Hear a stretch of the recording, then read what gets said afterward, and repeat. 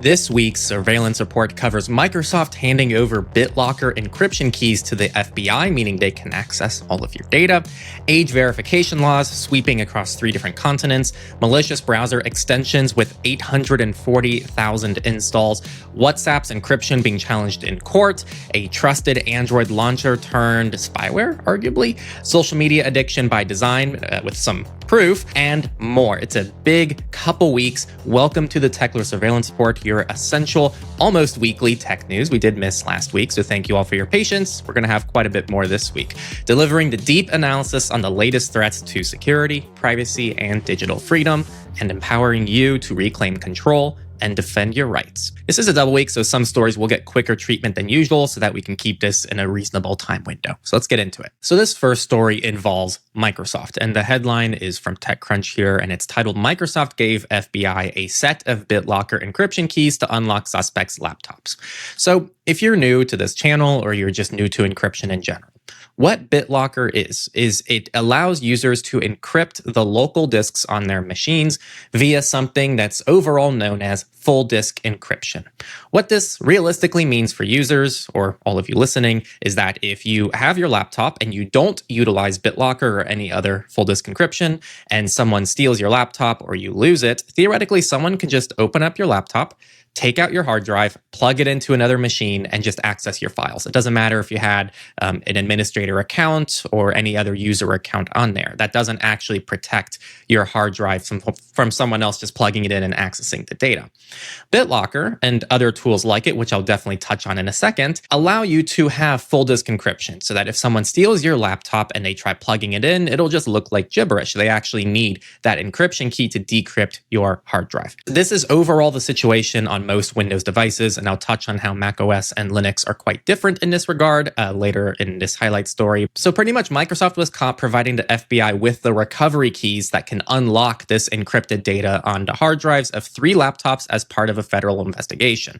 The first thing to note is that this is by default. So BitLocker recovery keys are uploaded to Microsoft's cloud, allowing Microsoft and by extension law enforcement to access them and use them to decrypt drives encrypted with BitLocker. Now, in fairness to law enforcement and Microsoft, this was done via official warrants. So it's cool that there was a warrant involved and actual transparency, but I'll still get into the overall concerns with this in the first place. It is worth mentioning that Microsoft did come forward and acknowledge to Forbes that the company sometimes provides BitLocker recovery keys to authorities, having received an average of about 20 such requests per year. So that is a somewhat frequent thing that they're doing. That is the main story. There's not much else to report on, but this is a big rabbit hole of takeaways, lessons, and other scenarios that you all should be in the loop on. First, why this is important is because not only are you having a lot of trust in Microsoft and just the idea of a big tech company having some access to decrypt data that's supposed to be only yours,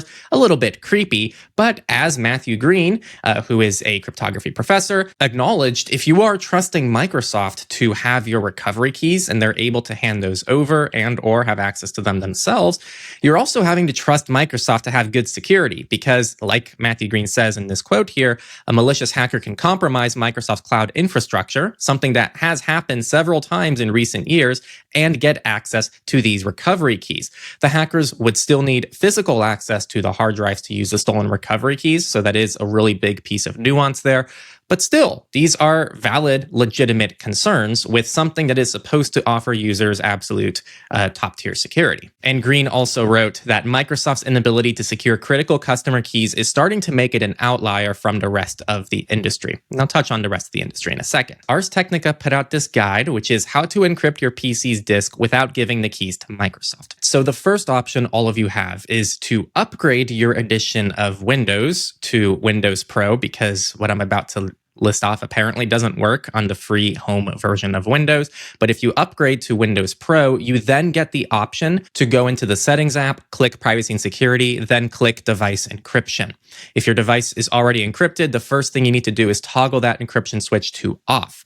Once it's decrypted, click the BitLocker Drive Encryption button under the related subheading, turn it on, and then you have to save your recovery key to a place other than a Microsoft account. And if you're watching the video, you can see a screenshot of what that looks like. If you're an audio and or video, you can also just check out the show notes and check out the article for yourself. Now, This is if you want to do things the way Microsoft wants you to do them, which means that if you are on a free version of Windows, you then have to use a Microsoft account, trust that they're handling your encryption keys properly for BitLocker, and just hoping that they never get hacked. And then if you want better security, then you have to pay for Windows Pro for just better security, which is a bit ridiculous if you ask me. But if you want to do things a little bit more free, open source, transparent, I do recommend checking out Veracrypt for situations like this. So Veracrypt is open source, and it does support full disk encryption on a large majority of Windows devices. And so I actually have a full Veracrypt guide that you all can check out if you want to learn more about how to use it. And I'll leave a link to that in the show notes, as well as on the screen on YouTube.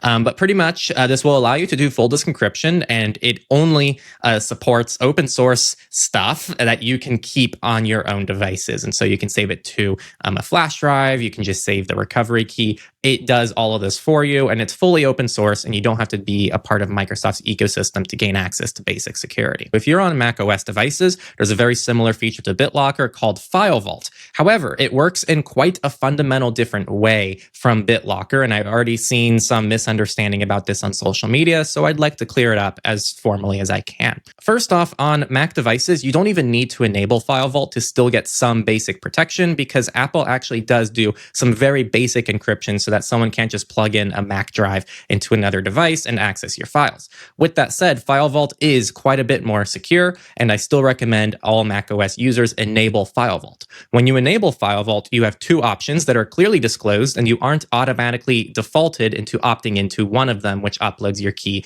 to Apple.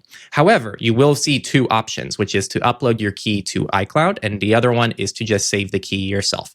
Of course, if you want top-tier security, do the latter and just save the key, and they make it quite easy, and it's free on just regular Mac OS. With that said, even if you do the iCloud variant, there is a bit of nuance here. Apparently, if you do iCloud, Apple will store a personal recovery key for you, and a portion and or a different recovery key is actually still kept on your secure enclave on your device. So there's some kind of wrapped key architecture there, which, yes, still isn't the best scenario in the world, but is still a little bit better than what Microsoft is doing. The other layer of nuance, though, is that you can enable iCloud Advanced Data Protection, and this is essentially end-to-end encryption in iCloud. It is free, available to everybody, and it's quite easy to use as long as you're aware of the limitations in that if you lose access to your encryption key, you will lose access to all of your data in iCloud. But it will keep this fully end-to-end encrypted. And so if you use advanced data protection and you have File Vault, you can actually very safely use the iCloud option with really no issues whatsoever, assuming you trust Apple's end-to-end encryption, which I have no reason to say isn't trustworthy at the moment. Of course, you can always just opt for the latter and just keep the recovery key offline completely, which is what I do, and I store it in my password manager, Proton Pass, or any other password manager should do. The fact that Apple gives you a clear option is already better than Microsoft. Their technical architecture and how they handle it is already a little bit better, and they offer a very clear end-to-end encrypted option for users, which Microsoft doesn't even have at all. Finally, for users who don't enable File Vault whatsoever, they also still have better protection than Windows users. So I think it's a little bit disingenuous to say that Apple is anyway like Microsoft in this scenario. Now, for Linux users, almost all distros that do try to do something out of the box are going to opt for something called Lux, L-U-K-S, and that is something I like to use myself on any Linux distro I can, and it's essentially like an open source full disk encryption software, and a lot of distros actually come with it out of the box and will even prompt you to use Lux during the setup process. So if you're on Linux, definitely look at Lux and see if it's compatible with your Linux distro, and I recommend everybody utilizes full disk encryption when they can. It's a pretty important part of security, especially if you have a portable device and you don't want that data getting into the wrong hands if a device is stolen. I also want to mention that it's not all or nothing, and there is still a hidden spectrum to this at the moment, which is that you can actually still not have full disk encryption and individually encrypt specific files or folders that need a little bit more protection. And so you can use Veracrypt to just encrypt a folder or a hidden drive within your system. This won't be obviously as secure, and it's not going to be as foolproof, but it is still an option if you don't want to do full disk encryption.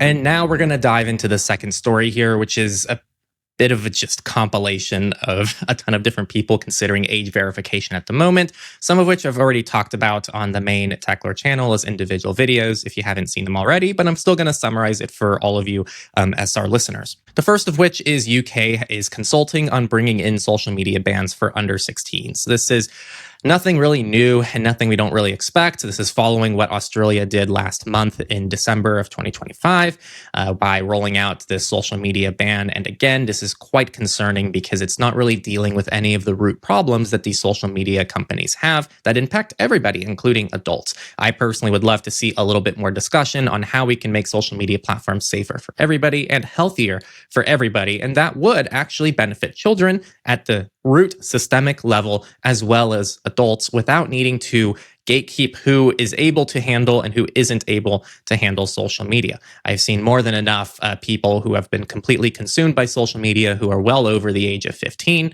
and have clear problems as a result of it. I think this is the laziest way to tackle this problem that comes with massive privacy concerns and also massive concerns in terms of freedom of information, because now we're going to have to age verify the internet and prevent people from accessing basic information unless they hand over their ID to a service, which I don't think is a healthy or open internet. Again, the UK is considering this and there is a little bit of pushback already. If you are in the UK, please consider talking to people around you, calling your representatives, and doing whatever you can to give them help. The other place that's considering age verification is Florida, the state inside of the US, and they are doing the same thing and they're trying to deputize big tech. This is actually, I really like the way Reclaim the Net poses their argument for this, because this is what all of these countries are doing. All of these countries, when they roll out this age verification stuff, are actually making it a legal mandate for big tech to now verify user IDs for app access. It doesn't make any sense to me, but this is the world we live in now. This is part of SB 1722, and I did a big deep dive into this bill because it has some concerning stuff in it as it age verifies app stores as well. And the language is quite vague and open-ended, and one could even make the claim that it actually would apply to open source app stores as well, like F-Droid or even just anywhere online where you download software from. It's quite concerning stuff. This is a direct quote. It would require every app marketplace to identify users by age category and verify that data through, quote, commercially available methods, which again means that we are now writing into law having to use commercial products that are apparently part of the problem to now keep people safe from itself. It's a really mind-boggling thing, and it really bothers me. It's been bothering me a lot lately how we are looking at this situation and going, yeah, all these social media platforms, all these big tech platforms, etc., they're dangerous. They have all these problems. So we are able to come forward as a society and acknowledge those problems. Finally, it's been like 10 years and no one has really said anything or thought anything of it. And now we're finally going, yes, these are a problem.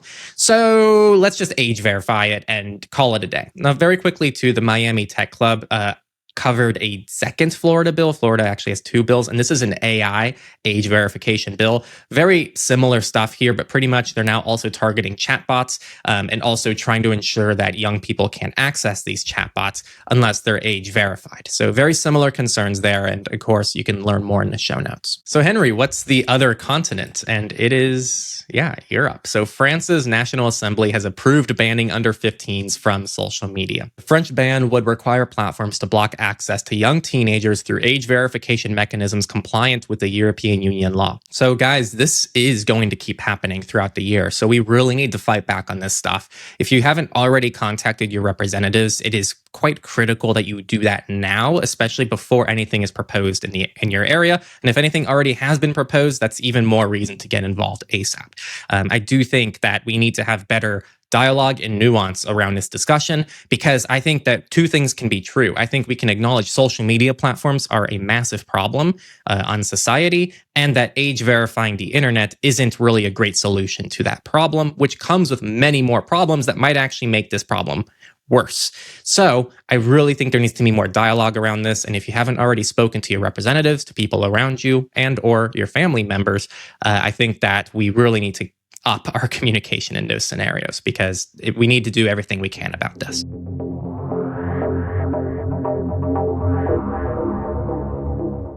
In this week's edition of Why You Shouldn't Trust Your Extensions by Default, we have the malicious Ghost Poster browser extension was found with 840,000 installations. It feels like each week we're covering a massive amount of extensions that are on people's devices that are just straight up malicious and completely there to steal sensitive data. And so this is reported by the Koi security team. We've done a lot of coverage for them in the last couple months, but this includes things like the Google Translate in right click, Ads Block Ultimate, Translate selected text with Google. There's one just called AdBlocker, and there's one just called RSS feed. Like pretty much the common pattern with all of these extensions is that they are typically utility extensions. Like they have a very specific use case. They're not from a organization, a company, or a well-known developer. And they're really just there to just offer one specific niche feature. And they're normally quite generic in how they sound.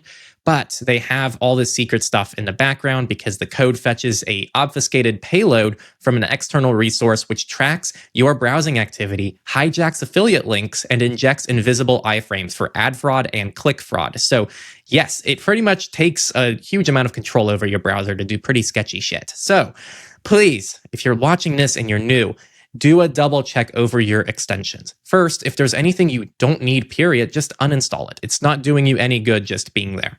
However, if you do need extensions, make sure they're coming from actual verified organizations that have a real business model and actually know what they're doing, and or are open source projects from legitimate organizations or from a legitimate developer with a really good track record and history in this space. At this point, the only 2 or 3 extensions I include in any browsers is privacy.com, which I use for card aliasing, my password manager, which is Proton Pass, and then also sometimes I'll have the Proton VPN extension running in the browser as well. And I'd say that's probably what most people need unless you have a very specific niche alternative. And I use Brave, so I don't need an ad blocker, but maybe a typical workflow for most people would be their password manager extension, maybe like a card aliasing service like privacy.com, and then maybe an ad blocker. And maybe a VPN extension if you're not using a system-wide VPN. Those are kind of the main core tools that should be maybe a staple in each browser, and everything else should be treated quite carefully. But it continues, right? Because there was malicious Chrome extensions in the Chrome Web Store that were masquerading as productivity and security tools, not just for end users, but also HR and ERP platforms. And they were stealing authentication credentials or blocking management pages used to respond to security incidents. And so this is a very real thing. And I think that there is a much larger underground network involved with this because this came out just a few days ago. There is a new malware service that guarantees phishing extensions on the Chrome Web Store.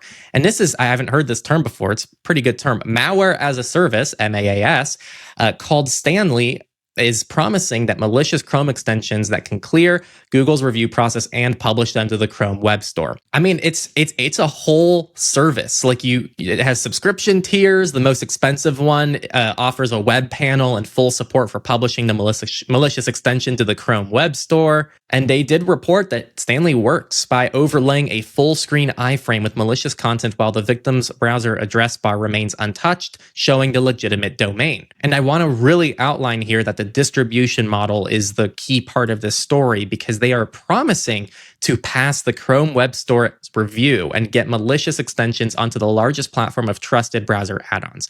So I want to be very clear that a lot of these extensions I've already listed and shared with you came officially from the Chrome Web Store. These weren't sketchy extensions that you get on a random website. Please, please, please, please, please, please proceed with caution. It's very clear that Google/Chrome just aren't doing a very good job. As of right now, it does seem like there's a lot of pieces of information that are telling us to be very wary of the Chrome Web Store. This is also something that you should be telling your friends and family about because I'm guessing a lot of you listening to this podcast might already have overall good practices and good digital hygiene across your devices. But this is the kind of thing that if I see my friend's web browser, they're going to have like 30 extensions there. And that's just normal for a lot of people. And so this is a really good opportunity to speak up about these problems because you can say, hey, I've noticed you have a lot of extensions. Just heads up, there's a lot of fake extensions right now that are essentially viruses. Like use common terminology that people will understand.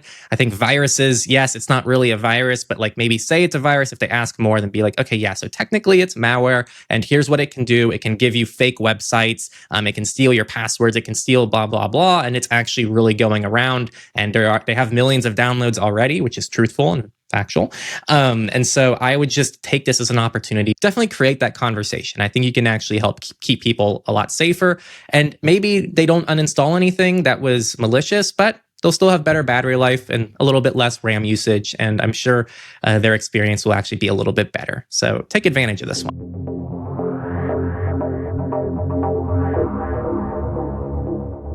Okay, this is another topic that I made a dedicated video on if you want like a full 15-20 minute dive on it. But I will, of course, TLDR it for this podcast. But I will leave a link to the YouTube video if you want a deeper dive there. Now, this is from a lawsuit that alleges that WhatsApp has no end-to-end encryption. This lawsuit comes from a firm that previously defended NSO Group. If you're wondering who NSO Group is, they're an Israeli spyware company. They literally create spyware. This is their whole business model, just to hack people. But they don't hack people themselves. They sell what they know and this ability to hack people to governments and anyone who wants to give them money.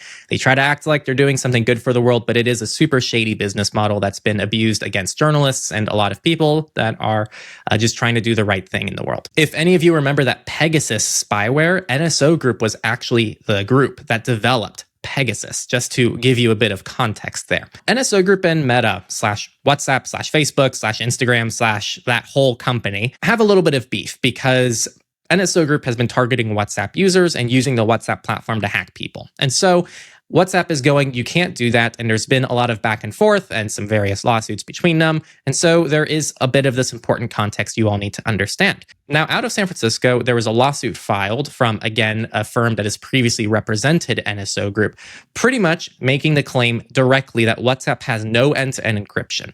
It does say that the signal protocol that it's based on is secure, but the way that they implement it allows WhatsApp to just on the fly, just type in a user ID, and it's the same user ID from between WhatsApp, Instagram, Facebook, etc., and they can just decrypt all the messages right there via a convenient widget. Literally as simple as it sounds, pretty much making the flat-out claim that WhatsApp end-to-end encryption is completely fake. What's interesting about the lawsuit is they cite whistleblowers, but they actually never cite who the whistleblowers are, which isn't too atypical, but there's also no technical evidence or proof of any of the claims made. I do want to also outline that these are two people who are notoriously awful at telling the truth. And so it's really hard to take anything that NSO Group says at face value. And it's also hard to take Meta's claims at face value. Now, Meta did say, quote, any claim that people's WhatsApp messages are not encrypted is categorically false and absurd. WhatsApp has been end-to-end encrypted using the Signal protocol for a decade. This lawsuit is a frivolous work of fiction, and we will pursue sanctions against the plaintiff's counsel. Similarly, the WhatsApp chief said this is totally false. WhatsApp can't read messages because the encryption keys are stored on your phone and we don't have access to them. This is a no-merit, headline-seeking lawsuit brought by the very same firm defending NSO after their spyware attacked journalists and government officials. So we actually don't really know exactly what's going on yet. I do have a few personal thoughts, and I am branding them that way as my own personal thoughts. I think there's a grain of truth from all parties in this one, right? NSO Group actually spends a lot of time attacking the metadata collection of WhatsApp and how WhatsApp has a lot of insight around things that aren't necessarily protected by the Signal protocol. This includes who's talking to who, at what time, and also correlating all of that data with all the other Facebook products across the same user ID, which WhatsApp and Facebook have been proven to do. However, I think NSO Group makes a pretty bold claim, especially without evidence, that there is simply no end-to-end encryption, period. I think that's pushing it a bit far, and until I see more evidence, I am going to proceed quite carefully on that one. And I have no reason to defend WhatsApp. I don't recommend WhatsApp. I think WhatsApp is a pretty poor messenger when it comes to privacy and security. But I do want to criticize why that is the case. And there are many things to already point to, even if the encryption claim isn't true. I do think the overall goal here is for NSO to call into question the privacy of WhatsApp. And I've seen some theories as well that NSO Group is using this lawsuit to maybe start getting people thinking about what the world looks like if, chat control passes and end-to-end encryption is no more. And they're maybe in some ways trying to attack the Signal protocol as well by posing it as this thing that can't be broken and is super secure, etc. So there is a lot of weird stuff going on here. It's very preliminary. It's highly speculative. and I am following it quite closely because it's a pretty juicy, weird story. And I'm sure we're going to get some more updates in the coming weeks. So stay subscribed, and I'll be sure to update you all as more information comes to light. As of right now, I do recommend, as always, not trusting WhatsApp's trust me bro energy and actually using open source software that you can actually disprove claims made against it. I think Signal is a really good balance here. They have really good privacy, really good security, and really good usability. Not the best in any of those three things, mind you, but I think between those three things, in like a triangle kind of analogy, it's going to overall strike the best balance for a majority of people in my view. And of course, it is open source. So if NSO Group were to come forward and say Signal does this, Signal does that without any evidence, someone can just check Signal source code and see if those things are true. WhatsApp has put itself in a position where they now have to get into a who trusts who kind of battle because they can't actually come forward and really prove that they are fully end-to-end encrypted, given they are proprietary. On this note, a very quick update. If you are a WhatsApp user, they did just release, I'm sure no coincidence at all to the story I just shared with you, but they did just release a feature called strict account settings. And this is essentially kind of like iOS lockdown mode, but for just your WhatsApp account. It's going to remove certain features that I'm sure WhatsApp has insight into NSO abusing to help attack people. And so if you do care about maybe protecting yourself from government spyware, and or you just want the highest amount of security in your WhatsApp experience, go to settings, privacy, and advanced, and that is slowly rolling out to people in the coming weeks. And so you should enable that. I still do personally think that WhatsApp has had insight into these threats for a long time now, given how aware they've been that NSO Group has been attacking WhatsApp users, and the fact they waited this long to actually do something proactive about it doesn't look good on WhatsApp. And I do think this is them trying to kind of save some PR in light of the NSO lawsuit, whether or not it's legitimate. Really juicy stuff, so stay subscribed, and I'm sure there's going to be updates on this one. Coming soon, we still have a popular Android launcher that was sold and practically turned into spyware, some more evidence that social media is supposed to be addictive by design, and the whole defense bulletin, so we still have quite a bit more juicy stuff from the last 2 weeks. But in the meantime, I just wanted to quickly showcase that we are a large portion still community supported. So we do have sponsors, we do have ad revenue, but one of the best ways that we can help diversify and still stay independent so that we don't over rely on any particular source of revenue is from you all, the community. We've had Techlorians now for years, and you guys help keep all this content free and growing so the entire world can still get access to this amazing information. If you like this podcast and you also want to join our private communities and get perks in our communities, you can go ahead and become a Techlorian down in the show notes and or the description, depending on where you're listening in from. And that's a great way to give back to what we're doing. You can do things monthly, or there is a discount if you go annual. And also you can just tip. You won't get benefits if you do a tip, but we do even support small $2, $3 tips if you just want to throw a few dollars our way. That really does matter at the scale of people that we're working with. And of course, we do support Monero. And so if you want to do things as privately as possible, you can send a tip via Monero. And I did recently announce on my personal Mastodon that in the coming weeks/months, so probably Q1 of 2026, we actually will be able to start offering Monero tips for annual memberships and get all the same perks as everybody else. And that's thanks to a lot of the infrastructure changes we made behind the scenes, like moving over to Ghost and dropping our forum, etc. And so that's made things a lot simpler and allow us to do some cool things there. With that all said, thank you all to our current Techlorians. We really couldn't do this without you, and you all are absolutely fantastic and amazing. And I now am going to get back into the news. Thank you all for listening to my little spiel.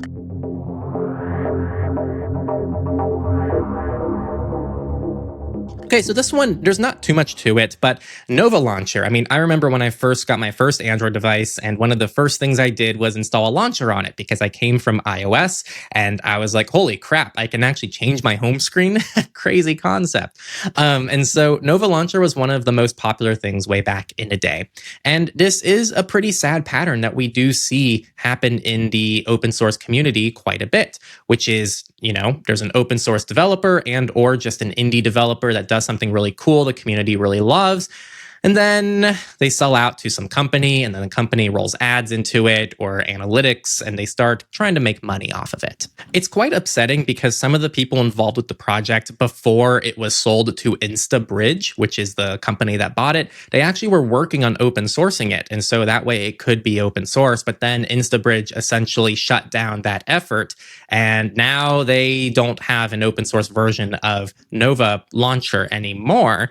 And they are already starting to see ads roll out into it, which of course might just sound like whatever, it's ads, but you have to remember that if you roll ads into your product, that means you're also rolling in the entire surveillance industry that runs the ad industry. They are one and the same. This is no different than the oil and car industry essentially being the same industry, or dairy and meat being the same industry, just as ads and surveillance industry are the same industry. These are all the same industries that are fully dependent on each other and always prop each other up. The really sad part about this is that if you just got Nova Launcher from the Google Play Store and you've been using it and you have automatic updates enabled, which overall I think is a good thing to use. You get faster security updates and you don't have to think about updating all your software. But then one day you might just wake up and you have ads in an app that didn't have ads before, which means now you're being spied on. There's these privacy concerns. There's these things that you didn't actually consent to having on your device before you installed the app. This is a big reason why I like installing software from open source app stores when possible, like F-Droid. This simply just wouldn't be possible on F-Droid, and this exact scenario has happened on F-Droid, and actually it was covered in the interview that I did with someone from the F-Droid team, Lucas, and I'll leave that Techlore Talks interview down in the show notes as well. I really recommend checking it out. It's quite informational and really dense on the open source side of things. But Simple Tools, which was an entire suite that allowed you to have contacts, calendar, messages, etc., to replace the stock apps on your phone with open source ones, was the same exact thing happened to them. They got sold, and then they started rolling ads, etc. And if you got Simple Tools from the Google Play Store, then you just might have woken up and never known that now you're sending data off to some third-party company that you never even knew was there in the first place. Well, because Simple Tools was open source, someone just forked it, created something called Fossify, which still exists now to this day. You can find it on F-Droid, and Fossify is completely open source and continues that original dream of the Simple suite. But if you were on the Google Play Store, nothing would have happened. But of course, when Simple was sold, F-Droid never pushed out the update because they only allow open source software, and they actually vet all the applications for this kind of stuff before it goes live. So it is a very cool attribute of getting things from an open source only app store, and it speaks to why open source is valuable in situations like this. So I thought this was a good story and a good reminder on kind of the benefits of open source software, as well as why maybe it's worthwhile to start using more of it as much as you can in your life.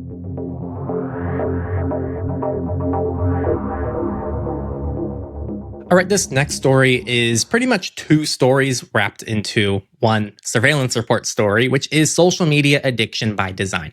I am going to try to do a better job going forward of calling out the specific patterns that we can directly cite from these big tech companies, because I feel like my audience and all of you who are consistently here already know that these things are here, right? You know all of these dark patterns that these big tech companies utilize, but I don't think that's actually quite common knowledge. I think a lot of people don't know what these patterns are, nor do they actively recognize them. And so I want to do a better job of outlining these, starting with the EDRI, who did some coverage for this research on how Snapchat uses notifications to manipulate users.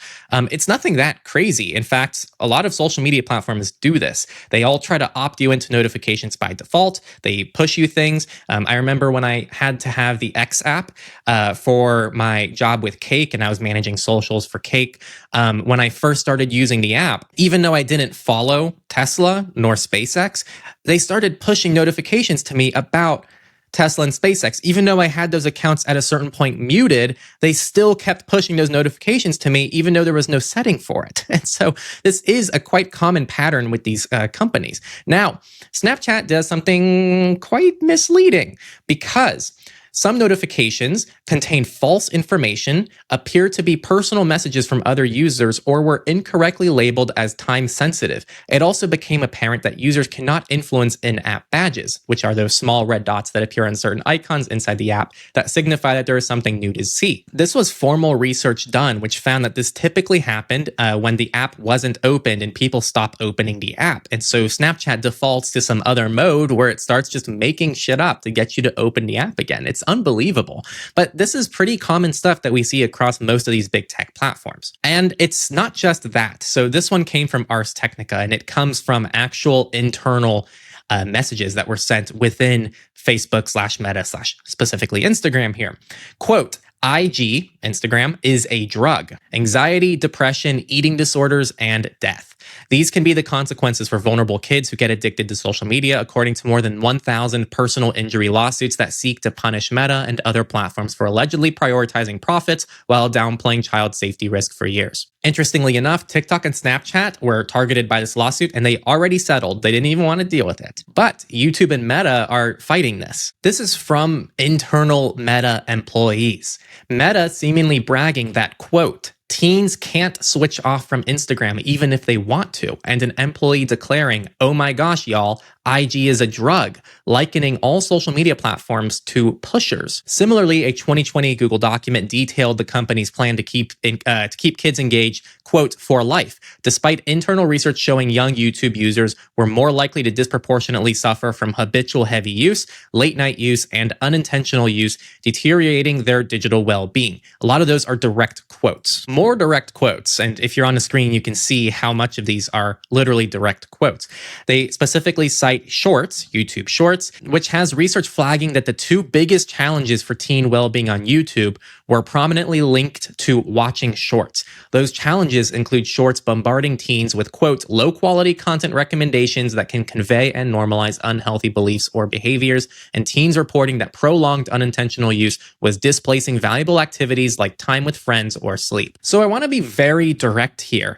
It is abundantly clear that big tech companies conduct themselves like oil companies. Internally, they know the harm they're causing to society as a whole, but they don't want the public to find out. It is a very active and deliberate thing that most people don't think about nor know how manipulative these platforms are.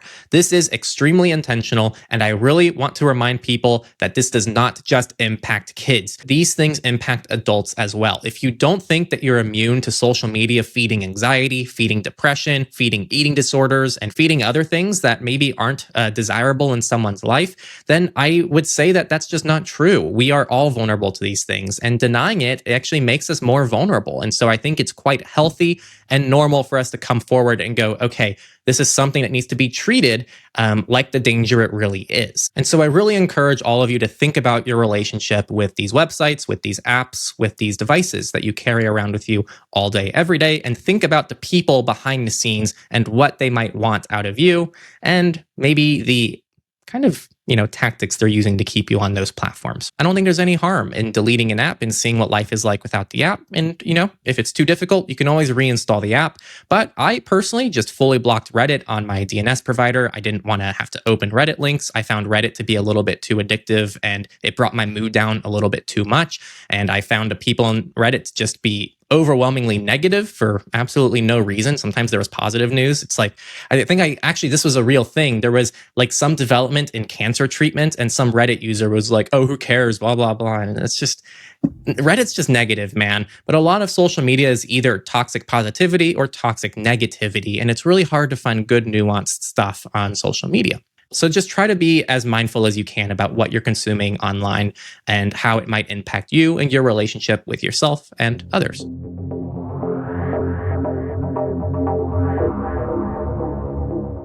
Okay, so this section, the Digital Rights Bulletin, is going to be where I'm going to try to save a lot of time. I'm already about an hour into recording here. I'm sure it's cut quite a bit down for what you guys are listening to. but I am going to rush through these a little bit more than I normally do, given it is a 2-week recap. And then next week, things will return back to normal. So SoundCloud had a data breach that impacted 29.8 million accounts. And so if you are a SoundCloud user, make sure to investigate this in the show notes. Hackers have come forward and said that they have hacked the Match Group. If you're wondering what the Match Group is, they are the maker of Hinge, OkCupid, and of course Tinder. It's actually crazy how this one company owns like all of online dating. It's kind of a problem, but there was a data breach there, so investigate the show notes if you want to learn. There's a antivirus product called eScan, and they confirmed that their update server was breached, and they did actually push a malicious update. So if you use this antivirus, this is something you really should look into because it could be quite critical. Interestingly enough, we had two apparel companies back to back. So we have Under Armour, who said that we're aware of a data breach that has 72 million customer records that were posted online. So definitely look into that if you're any kind of Under Armour user. But many of you might be Nike users. They also had a data breach from an extortion gang who are claiming to leak the files, and it's about 1.4 terabytes of files. It's unclear how many people this is, just quickly skimming the article, but it's something to keep an eye on, and I'm sure we're going to get updates to this in the coming weeks. There's a mentoring site called Ustrive that had a security lapse that exposed personal data of its users, including children. Look into this, and apparently there are at least 238,000 user records at the time of discovery. There's a new Android malware that uses AI to click on hidden browser ads. This is apparently being distributed through something called Get Apps, one word. It's the official app store for Xiaomi devices, so keep an eye on that if you are using the Xiaomi app store. And this was especially found in infected games, and so check out the show notes, or you can see on screen some of the games that were impacted, like Theft Auto Mafia,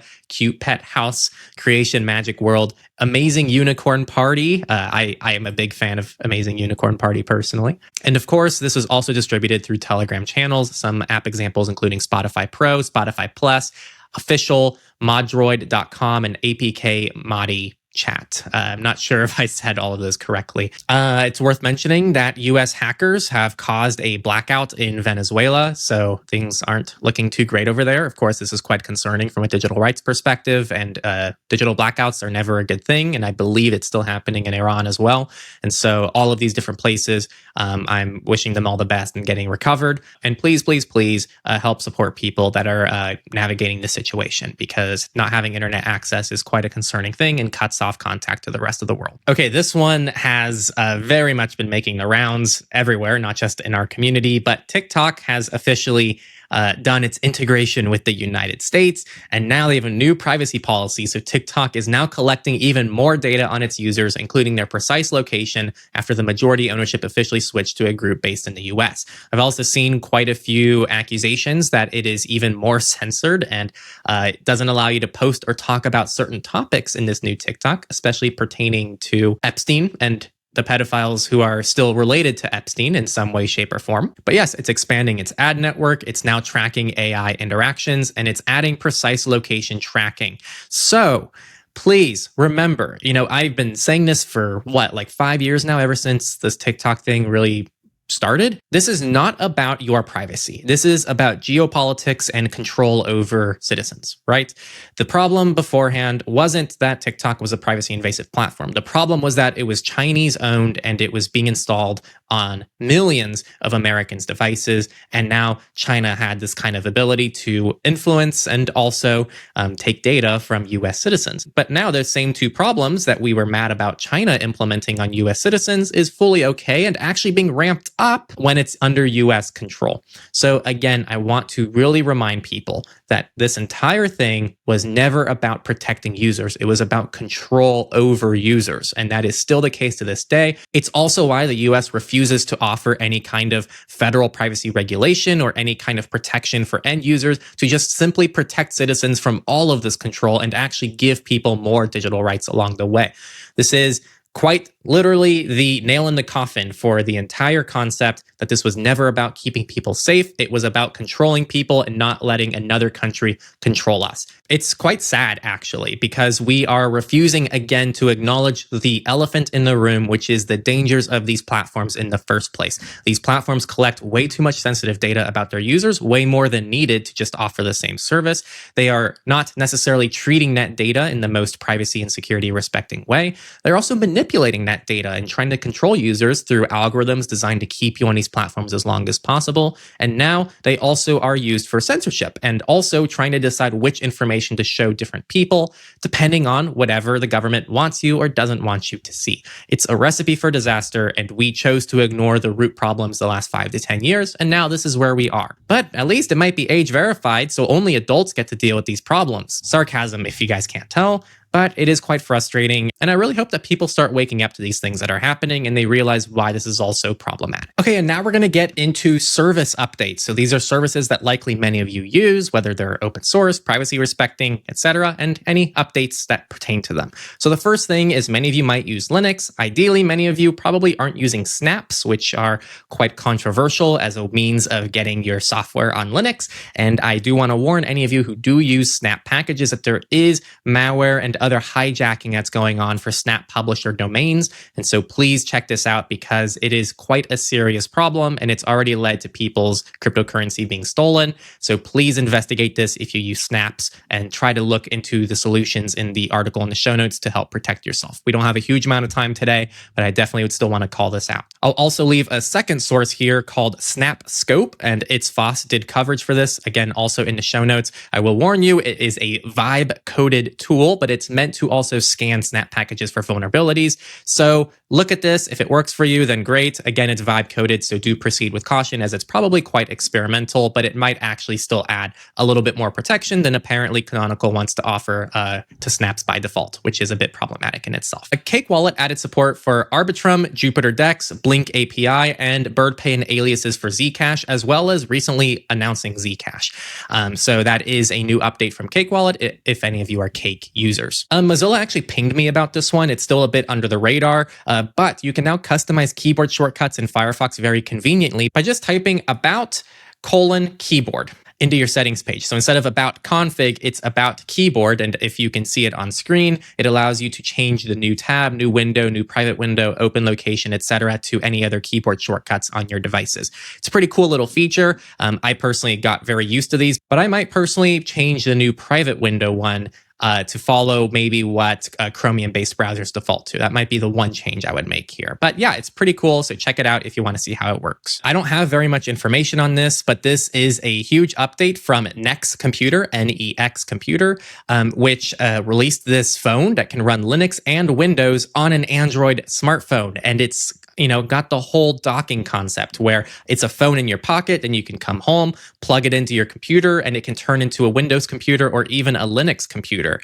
And then, of course, it just becomes Android when you unplug it, or you can even run Android apps. And it is bloat-free, minimal, Android 16, and it runs Debian, and also Windows 11 being the dual boot option that requires a restart to access that. So very cool concept. Jan is an open source desktop client that allows you to run open source models or even regular ChatGPT, etc. It's open source and it runs on your desktop, but they debuted version 0.7.6, which has their new Jan v3 model and makes onboarding a bit easier for users. Notesnook released version 3.3.8, which introduces expiring notes, tables, CSV, export import, customizable editor line height, Android home shortcuts, and fixes 80 plus bugs across all platforms. This one I'm really excited about, but F-Droid Basic 2.0 Alpha has debuted with a rewritten UI, better search, and improved app discovery. So F-Droid is the open source app store, and they are now redoing it with Kotlin Compose and also really calling it F-Droid Basic. It's meant to be just more minimal, more polished, and more modern. So this is nothing but a win, I think, and I think people will appreciate the more modern take on F-Droid. Immich, I-M-M-I-C-H, which is the self-hosted trusted open source photo and video management solution, has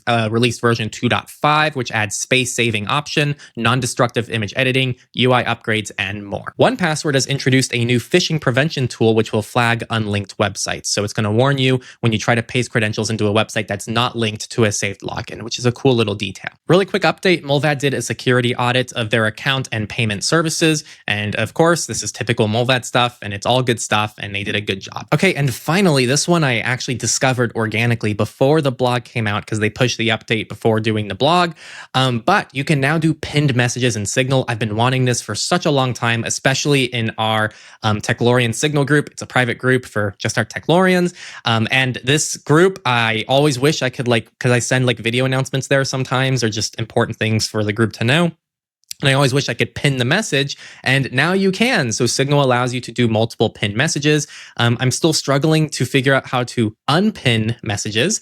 So that's something that I don't know if it's working yet because I wasn't able to do it. But this is something that's been found on Telegram for a long time, and this is going to be really good for larger groups like the ones that we have on Signal. And of course, this is my shameless plug that we do have that exclusive Signal group if you also want to support our podcast and join a little private space for just people who tune into Techlore and care about digital rights. And with that all said, that is going to conclude this week's Techlore surveillance report. If this analysis helped you reclaim control or just learn a thing or two along the way, again, you can become a Techlorian by visiting the link in the show notes. Any help is appreciated. And also you'll gain access to things like our Signal group and get other key perks while keeping this podcast growing. Please also, if you're able to, take a moment to leave a rating, share this episode to spread digital freedom to those around you. And I just want to thank you all for listening, being here, and doing one or two more things each week to help reclaim your digital rights. I'll see you in the next episode of Surveillance Report. Thank you all for listening.